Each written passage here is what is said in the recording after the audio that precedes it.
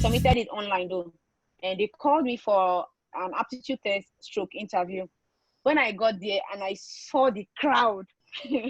Hi guys, good day and welcome to Princess Anu TV. And also welcome to another episode of how to find your first job. Like jobs in aviation industry to be precise, because we talk about aviation, motivation, and adventure on this channel. So we have a guest in the house. She's special. She's a cabin crew, or you can call it a flight attendant, depending. But she's not just a cabin crew. She's also the founder of Faith Moves Foundation. She's going to be telling you more about that later in the video. But she's going to be telling us for now how you can find your first job as a flight attendant or as a cabin crew. So I want you to sit tight and enjoy this episode. Trust me, you're going to be loving it. So get your pen, your paper. Let's move over in this edition.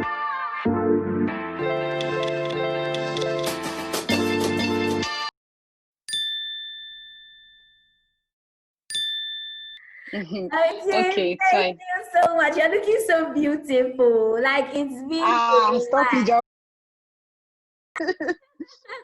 Today on Princess Anu TV, we are going to be interviewing you concerning the episode of how to get your first job. How to get your first job.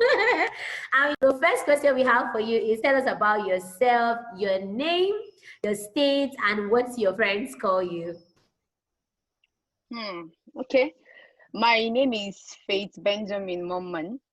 I'm from Kaduna State. And okay, my friends call me Kara, basically. Everyone calls me Kara. Okay. Yes. So I'm a flight attendant. Okay. Sorry to have interrupted. Yes. How long have you been working as a flight attendant? Basically from 1 year now, 1 year plus. Okay, 1 year. Yes, Wow, 1 year wow. plus. So what was your inspiration? What actually inspired you to do this cabin crew course? Wow. Unlike other people that they will say they are bettered with the idea and everything, me, it was something I saw and I admired. Every time I go to the airport, I see all this crew with their nice heels, their bags, and their nicely neat, nicely done hair and everything. And the way they walk in group, I admire it so much. And I was like, I would love to really be a crew too someday. Wow. Well, yeah, am I. So what aviation school did you attend to do this? Oh, Nigerian College of Aviation Technologies area. Okay, but are there other schools that you know of that also do this cabin crew course too? Sure. I know of Landover Okay. in Lagos. I know of Lagos Aviation Academy. It's also in Ikeja. I know Universal Business Aviation School, and then Aero Contractors. Those are the few ones I know, but I know there are a lot of them. Okay, so why, out of all these ones, why did you decide to pick NCAT? NCAT, well, the truth of the matter is that at first I wanted to go to Landover Academy, and my dad was like, if he was an employer and I bring Nigerian College of Aviation certificate and someone that is bringing a private organization certificate, he would rather want to actually consider the person coming from NCAT, because he believes those people, we stay more actually, because in NCAT, I think NCAT is the only school that keeps cabin crew for 3 months. Other schools basically stay for just 4 weeks, 5 weeks max. Okay. So he believes that there's no how they can know more than someone that's coming out from NCAT. So okay, so your and dad actually considered it. Yes. Okay, so he was the one that actually influenced your decision to do for that. NCAT, yes. Okay, Yes. so the next question we have for you is how did you find your first job? Did you find it online? Did a friend tell you about it? How did you go about the process? Well, basically, if you know me very well, you know that, okay, I'm a hustler. I know how to hustle. See, if I say I want to do something, until that thing is done, I would not rest until I get it done. That's kind of person I am. And I believe it's a good drive, and it's a drive that every cabin crew should have. Because to be sincere, if I tell you to get this job is easy, then I'll be lying. I'll be really, really lying. That's the truth. Because if you talk about the competition one, let me just talk about 6 things. If you talk about the competition, there are people that knows more than you think you do. There are people, you meet better people that are qualified. It's either they are qualified as you or qualified even more than you. So how would you really, really go ahead and allow your employer choose you over them? So you see, the competition is high. That's one. 2, the truth, you and I know that we have very, very, very few airlines in Nigeria. So the people that have this license, the cabin crew license, we that have the license, we are more than the jobs available. So it's another problem on its own, because if every airline decides to take let me give an example. There was a time I went for Dana interview. I submitted it online though, and they called me for an aptitude test stroke interview. When I got there and I saw the crowd, I'll not lie, at first I told my cousin, please, let's just go back home, because she was one that brought me to the airport.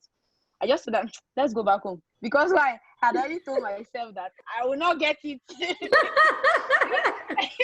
Yeah, but that's the truth, because when I interacted with some of them, I could see that some of them even had masters. Like, some of them had masters, some of them, the way they speak very, very, very good and fluent English, unlike me that loves pidgin. So there were a lot of things I just thought about, like, no. This is not for me. I'm not gonna embarrass myself. I'm not gonna embarrass myself. I just told my cousin, please, let's go home. And she told me that if I did not try, how will I know that I cannot do it? I will not pass. That's one thing she said, and I was like, well, let me just go and try then. That was the only reason I stayed. And then again, when you talk about the referral, like all these older cabin crews that must have become godmothers and godfathers to some. So, they can refer people that they feel are good too.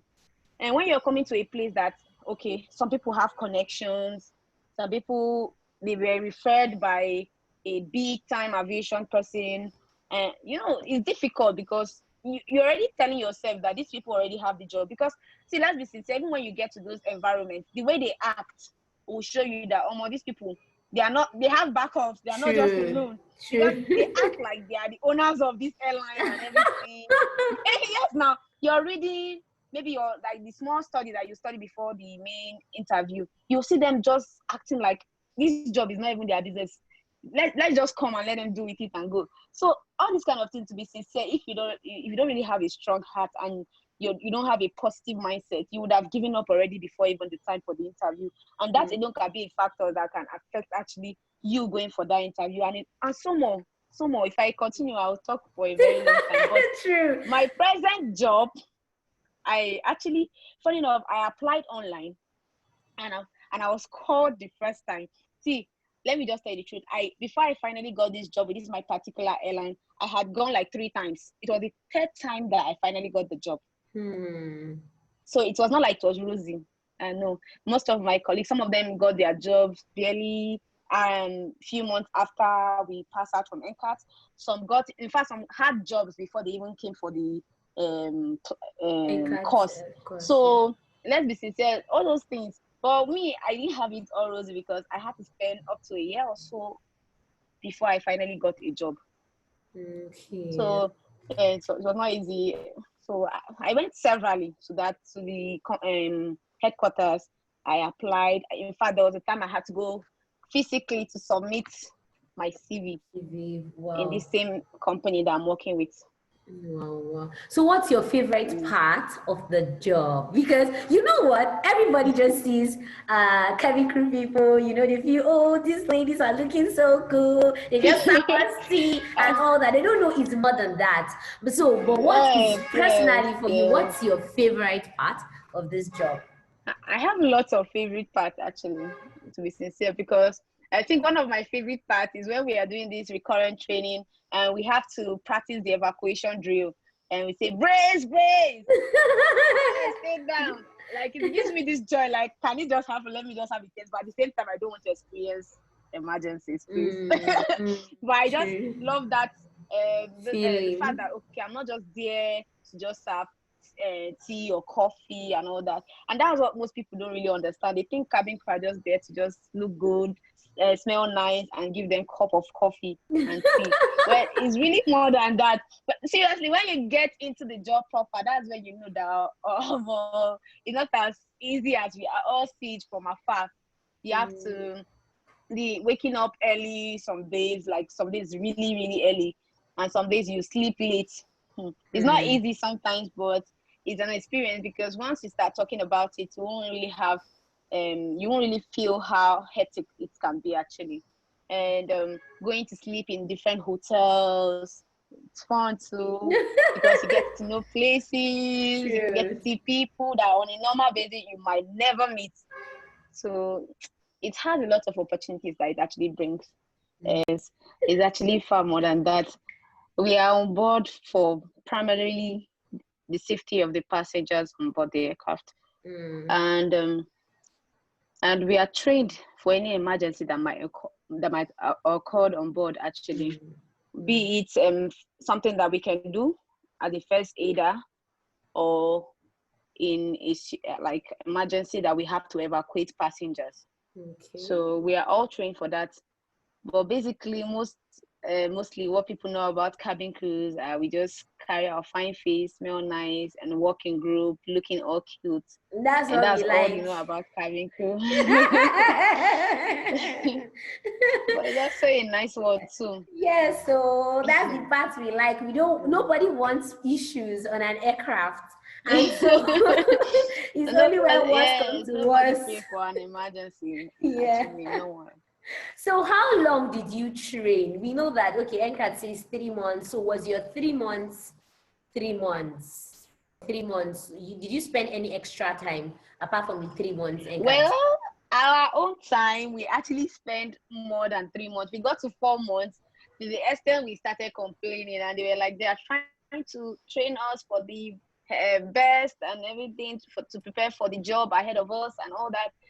And we had to go for our on-job training, which is the OJT. That was the fun part of the training to me, where we had to go to sea school.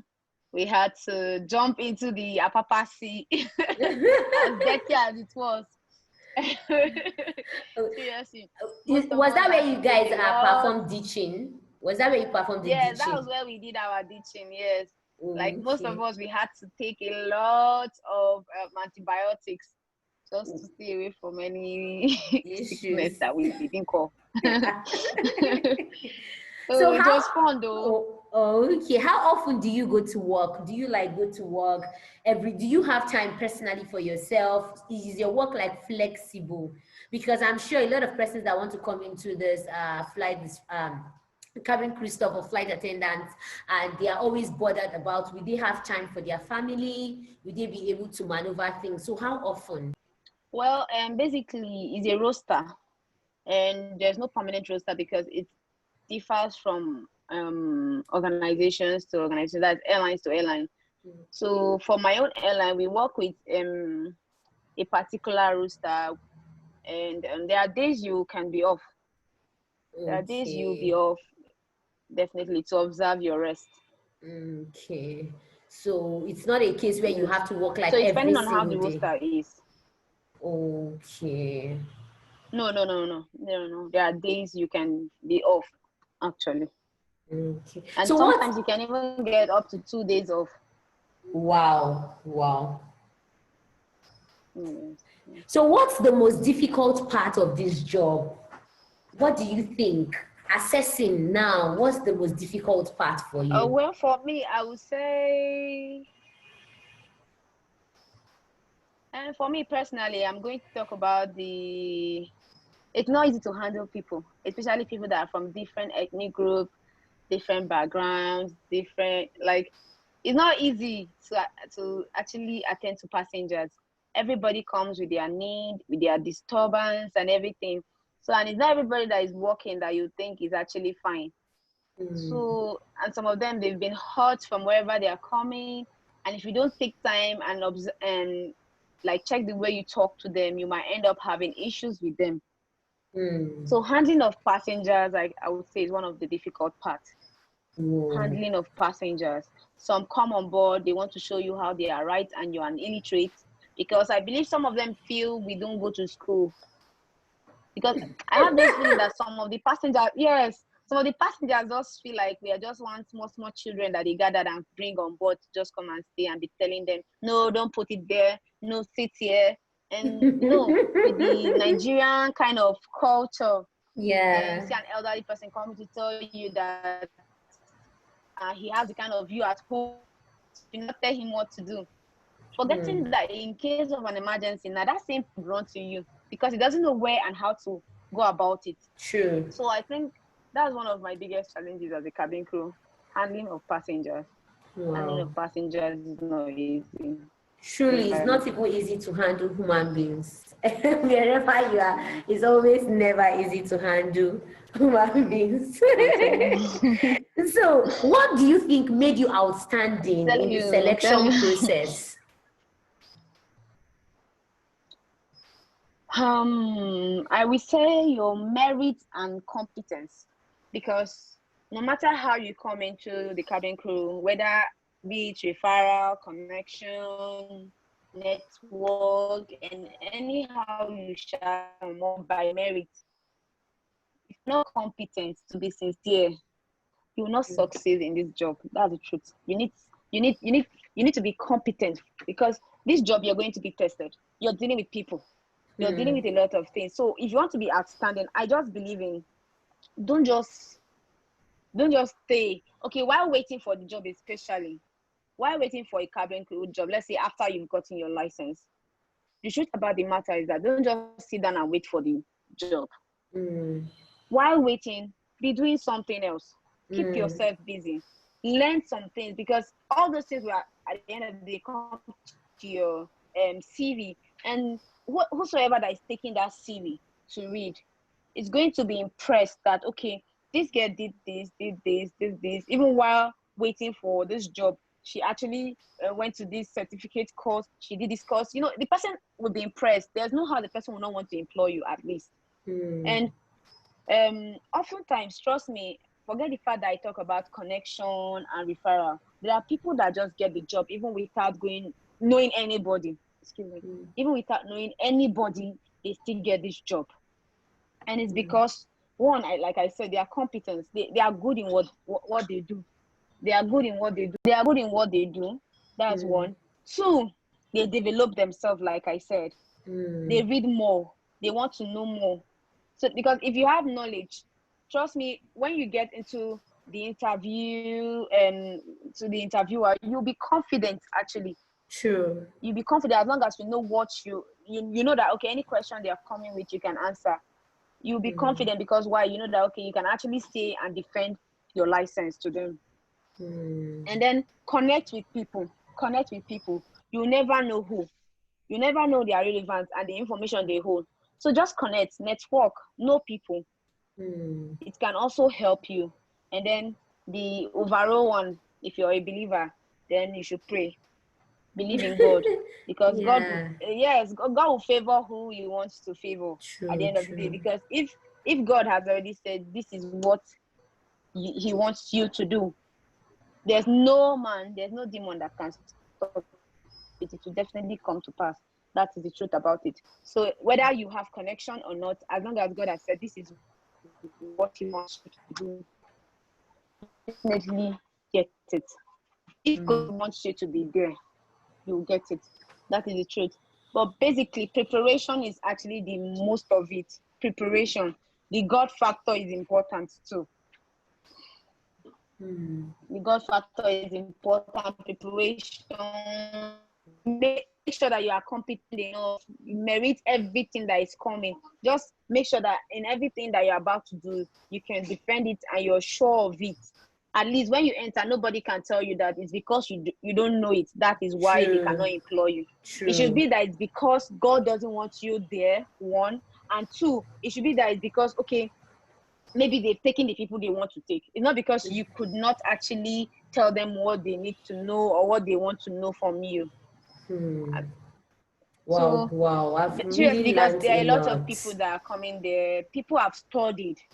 People, yes, people must have studied hard. See, God cannot at the same time, if He wants to help you, but you are not prepared for it. He cannot give you that same thing, because you will go into that place and you look very stupid, because you cannot answer even one questions that they are going to ask, and it will be very, yes. Yeah, me that I'm talking. If I tell you, I told you I went back 3 times to my present airline that I'm working for. Mm. If you ask them my first interview, see, even how my first interview I came in, though it was impromptu. I didn't prepare. I was even sleeping that night. Then I called me, "Hello, Faith, can you be in Kano by 10 a.m.?" Out of the excitement, I just say, "Yes, I can."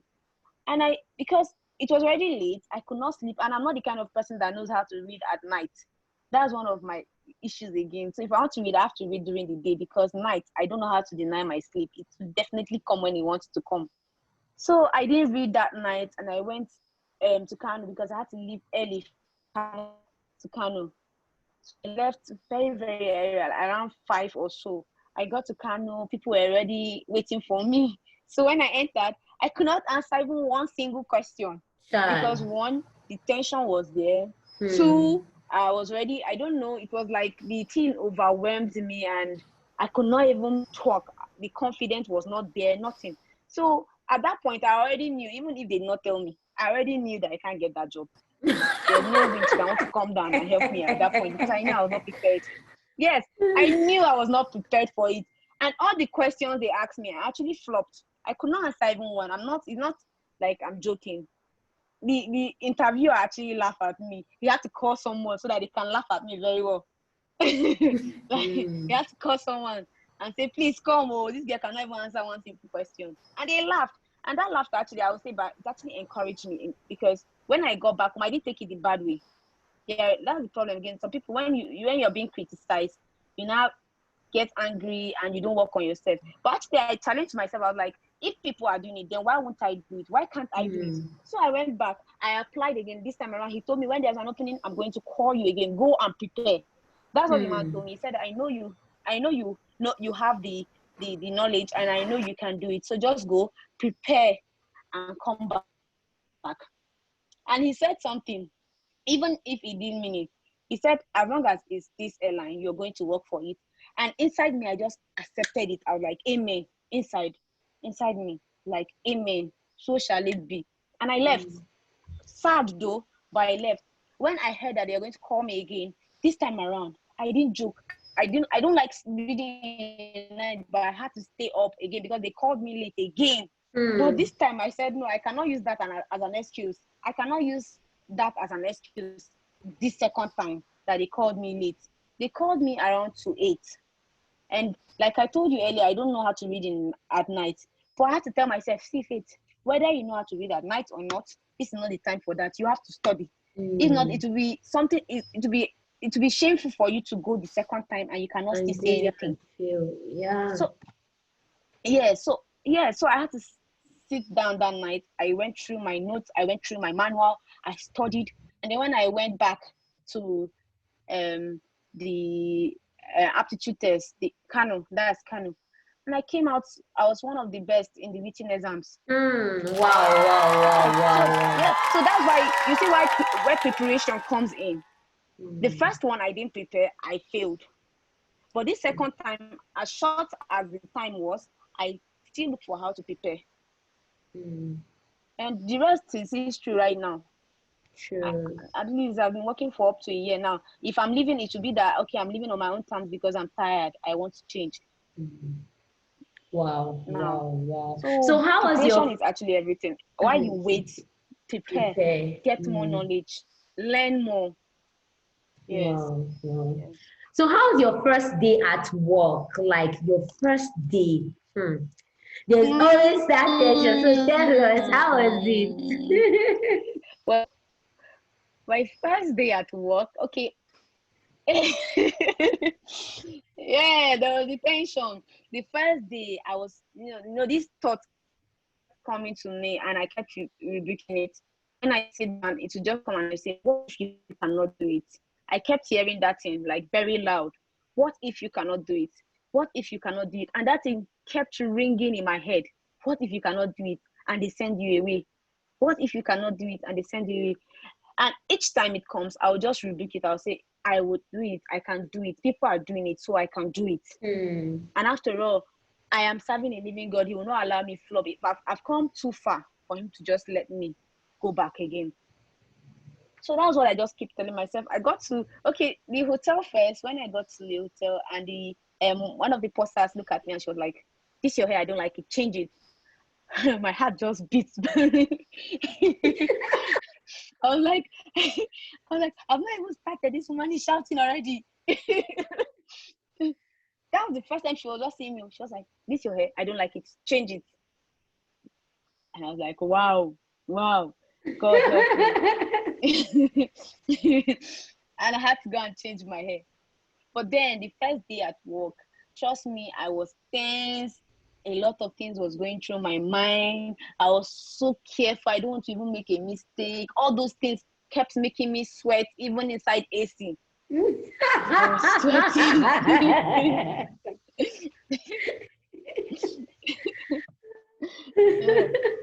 But you were obviously able kept to on pull sweating, through. even inside the AC, like my body was shivering. I was trying to help control myself with the crowd again. And with the crowd, I felt like everybody was looking at me. I felt like everybody knew I was new in that place. That was what I was just feeling. Because but then after that day, and then they said I should come and do the safety briefing. That's the demonstration. Yeah. And I was like, oh God, can I do it? Can I do it? And I kept on looking at the person that was at my front. So when she do like this, I'll quickly just do like this, go back. As in, it's so fun. I'm sure anybody that was there knew I was just coming. But I challenged myself. I was like, these people are doing it, so I can do it. I can do it. The first day, second day, third day, I can do it now without looking at that person, and I'm feeling confident. So the more I'm getting to learn, the more I'm gaining confidence on the job. That's what happened. So the more you learn, the more the confidence comes in. The more you learn, the more the confidence comes in. The more you know. At the end of the day, if you feel like you know it already, you will not feel anything when they say cabin crew demo position. You go with your confidence because now you know you can do it. And you can do it perfectly. Yes. So it's not easy. The first day wasn't easy. I won't lie. The first day wasn't easy. There was a lot of tension around me. Hearing things like, and if somebody is, I took it too personal because maybe the person didn't like me. But I had to understand that it's not like they don't like me. It's because they want me to actually learn. That's why they are like that. Yeah. So who are your mentors? Who are the people you look up to in this industry? Well, I'm not the kind of person that will tell you I don't have a mentor. But my mentor, funny enough, she is not in our industry. Okay. She's not in our industry. I have two of them, actually. I have two of them. They're in their various industry, but they affect me one way or the other because I see their zeal to be better. I see them always striving to do more, even as they are.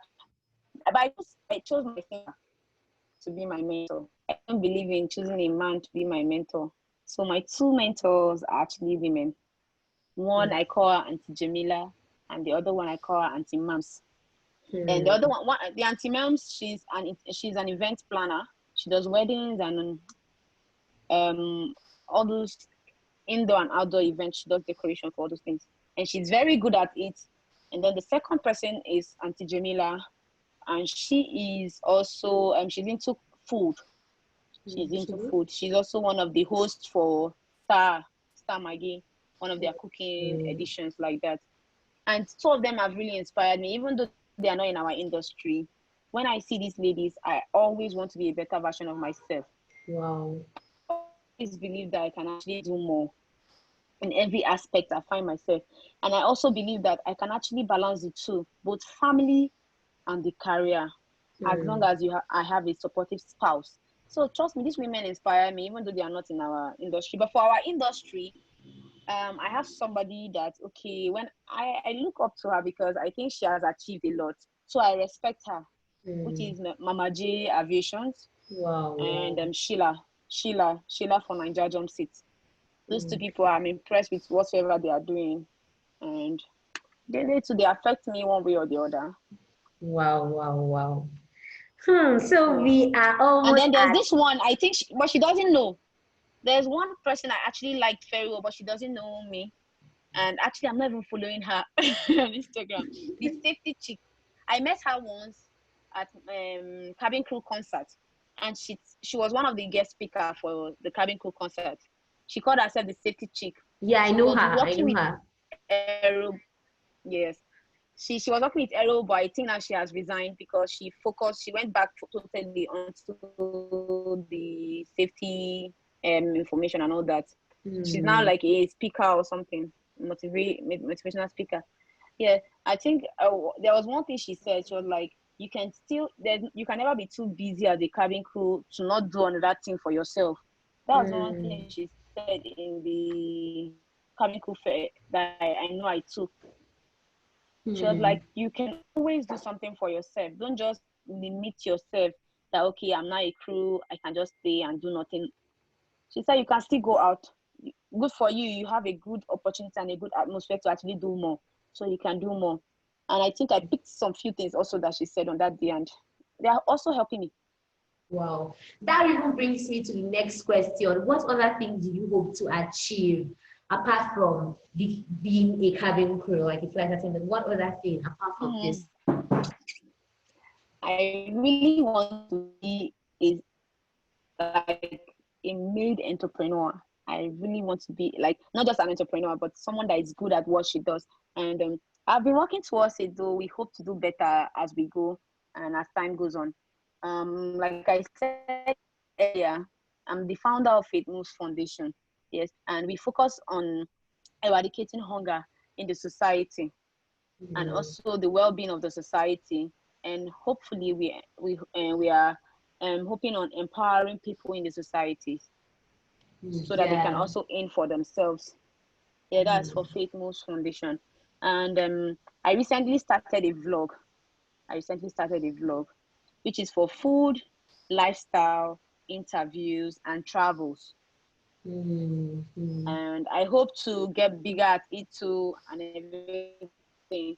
So far, so good. I've been doing a bit okay with that because I've been getting recommendations and bookings to come and taste one or two food and see what they can do and improve on the lounge or the restaurant I visit. So at least I'm doing okay today. And I hope on opening my own lounge when I finally gather my own money to start off. Oh, baby! I trust you. You are good at that. I trust you. So basically, I think you're the first person that is hearing that for now.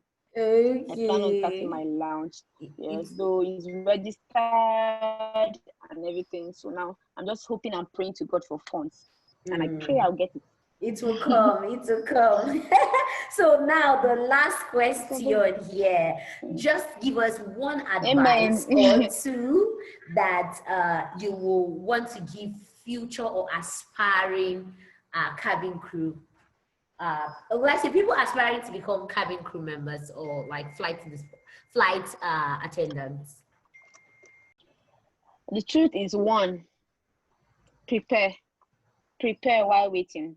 While waiting, know the things you are doing and things you're not supposed to do. Because these days, there are companies that before they employ you, you won't know. They will go to your social media account. They will check whatever you've been posting.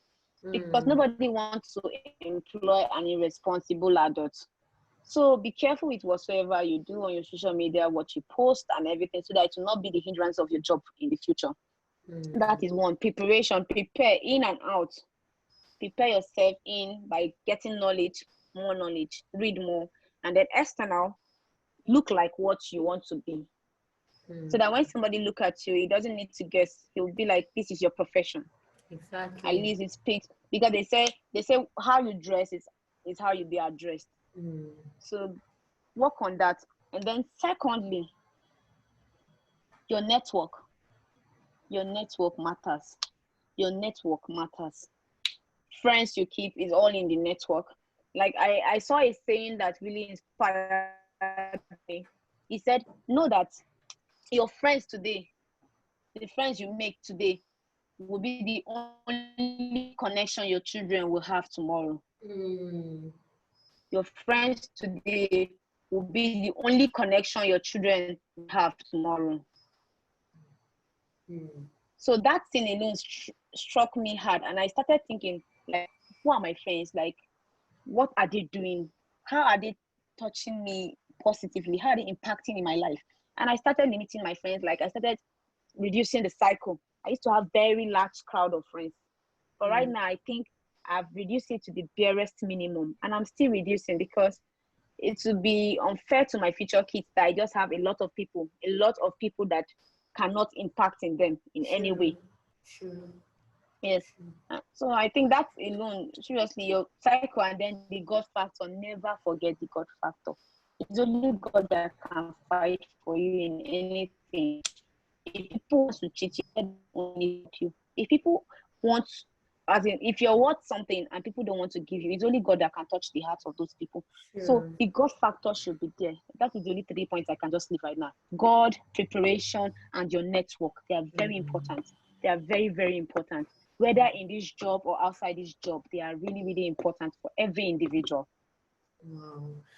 As in, Faith, seriously, like you being on board with us today has made my day. I'm telling you, you made my day, telling us all these important informations that we ought to know, because a lot of persons are out there thinking, how can I actually do this? They are just out. So I'm trusting that even when they listen to this, they will know steps to take, conscious steps to take to actually become a flight attendant and also get their first job. Thank you so much for joining us on this edition of How to Get Your First Job. Faith, we love you so much. We are sending you sweaty kisses. Thank so, you. we'll see where we see, just how we do it.